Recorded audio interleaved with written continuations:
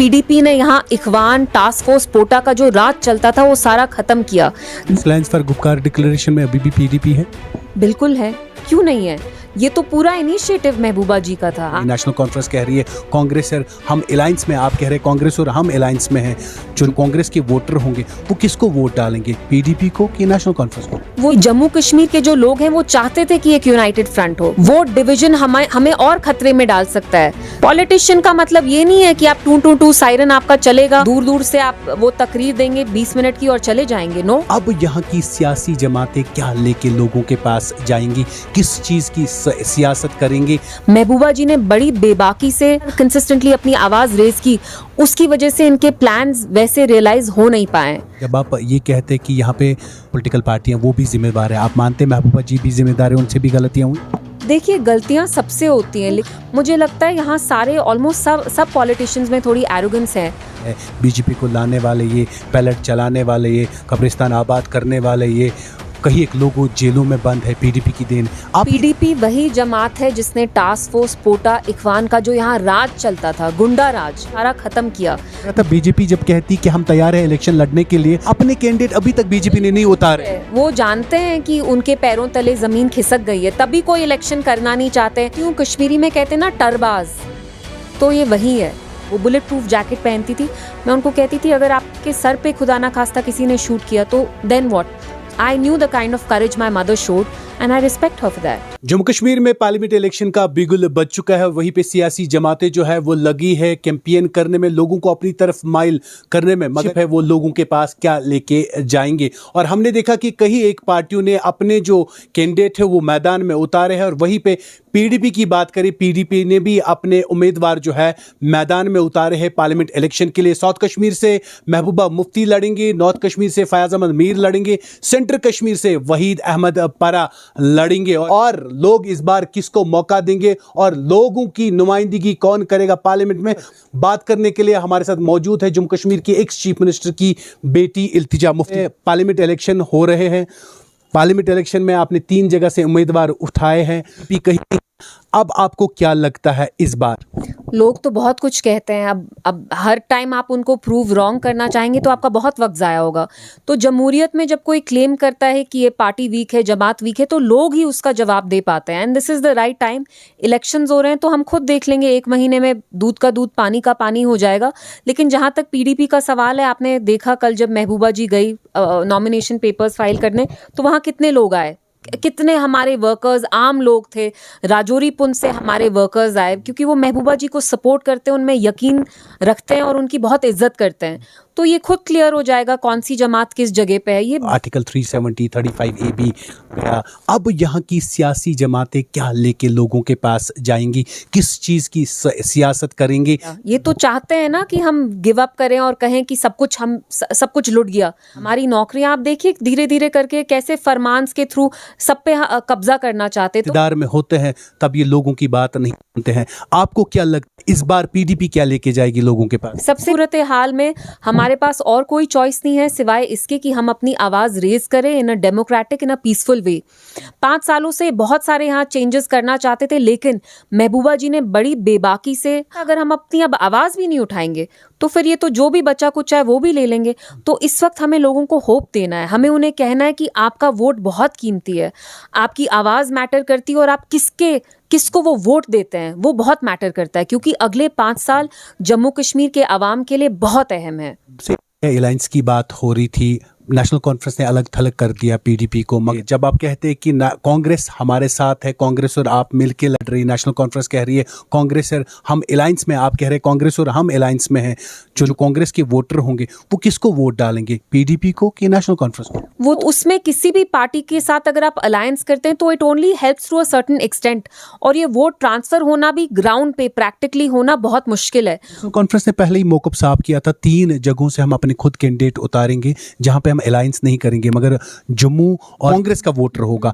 अब वो किसको, आपको वोट डालेगा कि नेशनल कॉन्फ्रेंस? क्योंकि वो भी कहीं ना कहीं कंफ्यूज है कि जम्मू कश्मीर के जो लोग हैं वो चाहते थे कि एक यूनाइटेड फ्रंट हो। वो जानते हैं कि इस वक्त वोट डिवीजन हमें और खतरे में डाल सकता है, क्योंकि अगर हमारा एक का वोट आता तो वो बड़ा बनता, वो कंसोलिडेट होता। लेकिन अब क्या हो गया कि कहीं ना कहीं वोट स्प्लिट हो रहे हैं, जिसकी वजह से it can be very dangerous. लेकिन यहाँ लोगों का मूड यूनिटी के लिए ही था, उनको एक चीज से होप दिख रहा था एंड दैट वाज PAGD। सो बहुत अफसोस की बात है कि it couldn't work out, but अब जो हो गया सो हो गया।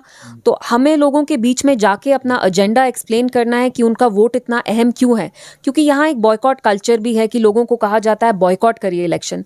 जब भी मेरी इंटरैक्टिंग मीटिंग्स होती है मैं लोगों से ज़रूर कहती हूँ कि आप बॉयकॉट मत करिए, क्योंकि आप अपना वोट ज़ाया करेंगे, उससे आपको नुकसान होगा। अलायंस फॉर गुपकार डिक्लेरेशन में अभी भी PDP है? बिल्कुल है, क्यों नहीं है। ये तो पूरा इनिशिएटिव महबूबा जी का था। आप जानते नहीं है 4 अगस्त के दिन वो कैसे पैदल निकली फेव्यू से फारूक साहब के यहाँ। उनने अपनी अना का मसला नहीं बनाया, ईगो नहीं रखी, गई वो खुद चल के गई। PDP के ऊपर यहाँ की पॉलिटिकल पार्टियां, BJP को लाने वाले, ये पैलेट चलाने वाले, ये कब्रिस्तान आबाद करने वाले, ये कहीं एक लोगों जेलों में बंद है, PDP की देन। PDP वही जमात है जिसने टास्क फोर्स पोटा इखवान का जो यहाँ राज चलता था, गुंडा राज, लॉलेस कश्मीर में एनार्की थी। हमारी जो माँ बेटियां बहनें थी वो घर से निकल तक नहीं पाती थी, इतना यहाँ खौफ का माहौल था। तो जब आप किसी जमात को अक्यूज करते हैं तो वो हम जानते हैं वो एक एजेंडा होता है कि आप उनको डिस्क्रेडिट करें। लेकिन उबैद जी आप जानते हैं जब मुफ्ती साहब का पहला टर्म था एज चीफ मिनिस्टर, जो हीलिंग टच कहते हैं यानी मरहम लगाया जो घाव थे, तो PDP always stood for that. तो लोग अब जो बोलना चाहते हैं वो बोल सकते हैं, मैं उसमें जाना नहीं चाहती हूँ, लेकिन मैं जानती हूँ कि लगता है जो यहाँ की सियासी जमातों को या सियासी लीडर्स को लोगों के लिए काम करना चाहिए था, लोगों के तशख्खुस के लिए काम करना चाहिए था। कहीं ना कहीं यहाँ की सियासी जमातें नाकामयाब हो गई उसमें काम करने में। यहाँ की जो आवाम है वो थोड़ा सा पॉलिटिकली डिसइल्यूजन्ड है एंड आप उन्हें ब्लेम नहीं कर सकते हैं। जब भी मैं इंटरैक्टिव मीटिंग्स करती भी हूँ तो कहते हैं हमने फलाना को वोट दिया, इस वाले को दिया, उस वाले को दिया। एक बार जब उनको वोट मिलता है आप हमारे पास वापस क्यों नहीं आते हो?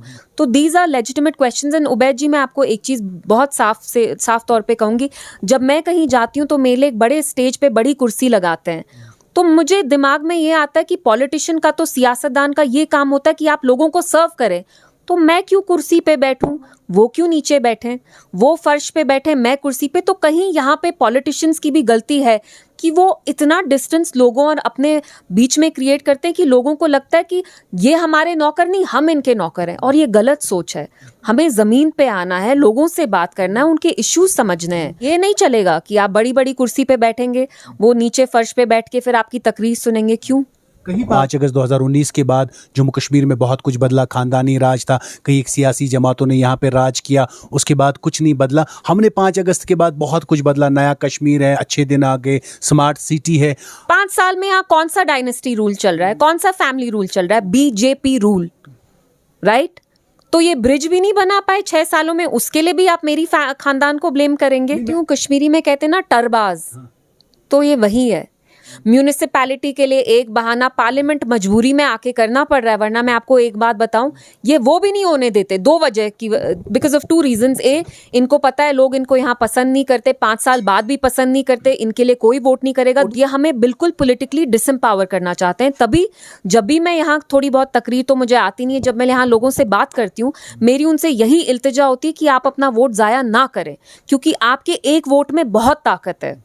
जो बार बार जिक्र हो रहा है A, B team, C team लड़ रही है, आपको भी लगता है कि BJP की तरफ ये टीमें लड़ रही? ये सबको पता है यहाँ पे कौन कहाँ पैराशूट हो रहा है। कहते हैं ना आसमान से गिरे खजूर में अटके। हाँ, तो यहाँ वही कुछ चल रहा है। खजूर में अटके हैं? नहीं, आप बाकी आप खुद समझते हैं, आप बहुत समझदार हैं। खजूर में अटका है। नहीं, मैं उसमें जाने नहीं वाली हूँ, लेकिन मैंने जो कहना था वो मैंने कह दिया। आपको क्या लगता है इस बार PDP को मिलेगा मौका? अगर PDP पार्लियामेंट में जाती है तो क्या इस बार लोगों के लिए होगा? आपने 5 साल से हमारे स्टेटमेंट्स नहीं देखे हैं कि महबूबा जी ने कैसे बेबाकी से एब्रोगेशन के अगेंस्ट वो कंसिस्टेंटली बोलती आई हैं। यहाँ कौन सियासतदान है जो कहता है the way 370 was abrogated was illegal, unconstitutional? किसी का है इतना गुर्दा कि वो बोले? उनको पता है कि ED NIA का डंडा आएगा, तो कोई यहाँ बात नहीं करता है। महबूबा जी वाहिद एक आवाज़ है जो अपनी आवाज़ लोगों के लिए उठाती हैं।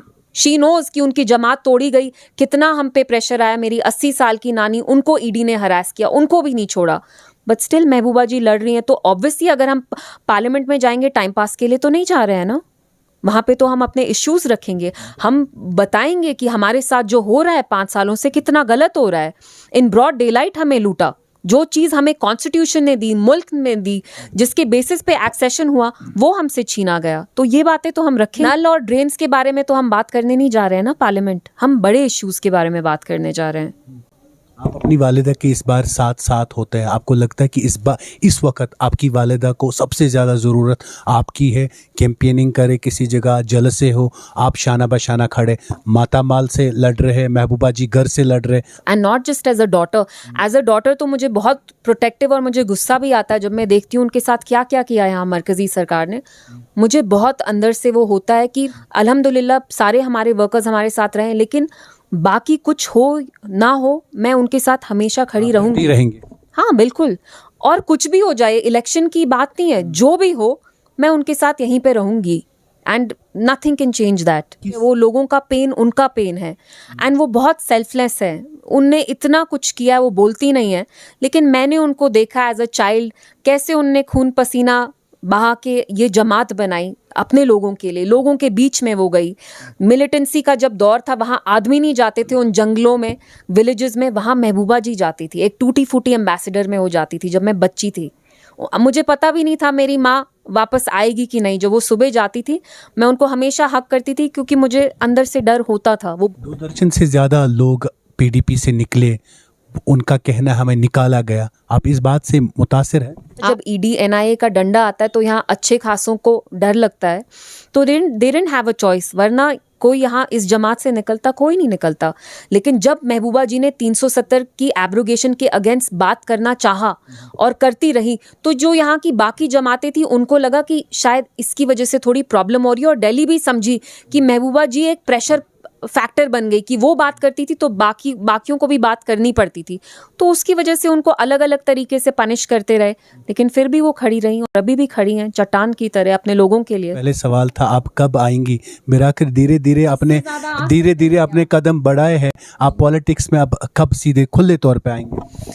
अभी ये मेरे बारे में नहीं है, ये she is fighting the election और मैं यहाँ उनके लिए लड़ने आई हूँ, और मैं उनका पैगाम लोगों तक पहुँचाने आई हूँ, उनको समझाने आई हूँ कि महबूबा जी क्यों उनके लिए करेक्ट रिप्रेजेंटेटिव है, why she is the right choice for the people of south Kashmir. जब आप ये कहते हैं कि यहाँ पे पॉलिटिकल पार्टियाँ वो भी जिम्मेदार है, आप मानते हैं महबूबा जी भी जिम्मेदार है, उनसे भी गलतियाँ हुई? देखिए गलतियां सबसे होती हैं, लेकिन जो पॉलिटिशियंस हैं, महबूबा जी फिर भी बहुत हम्बल है, लेकिन जब मैं बाकी लोगों को देखती हूँ मुझे लगता है यहाँ सारे ऑलमोस्ट सब पॉलिटिशियंस में थोड़ी एरोगेंस है, क्योंकि मैंने खुद अपनी मदर को देखा है, उनने कभी भी वो अहंकार नहीं दिखाया, वो लोगों को हमेशा उनके लेवल पे आके उनसे बात करती हैं। लेकिन समवेयर मुझे लगता है जो यहाँ ओवरऑल जो है पॉलिटिशियंस बहुत ज़्यादा एरोगेंस है, हमें थोड़ा सा humble. Thank you. Iltija Mufti थी हमारे साथ, जिन्होंने कहा कि सियासी जमातों का काम है सर्व करना, लोगों की बात करना, और मुझे लगता है साउथ कश्मीर से खाली एक शख्स बात कर सकता है, वो महबूबा मुफ्ती जी है।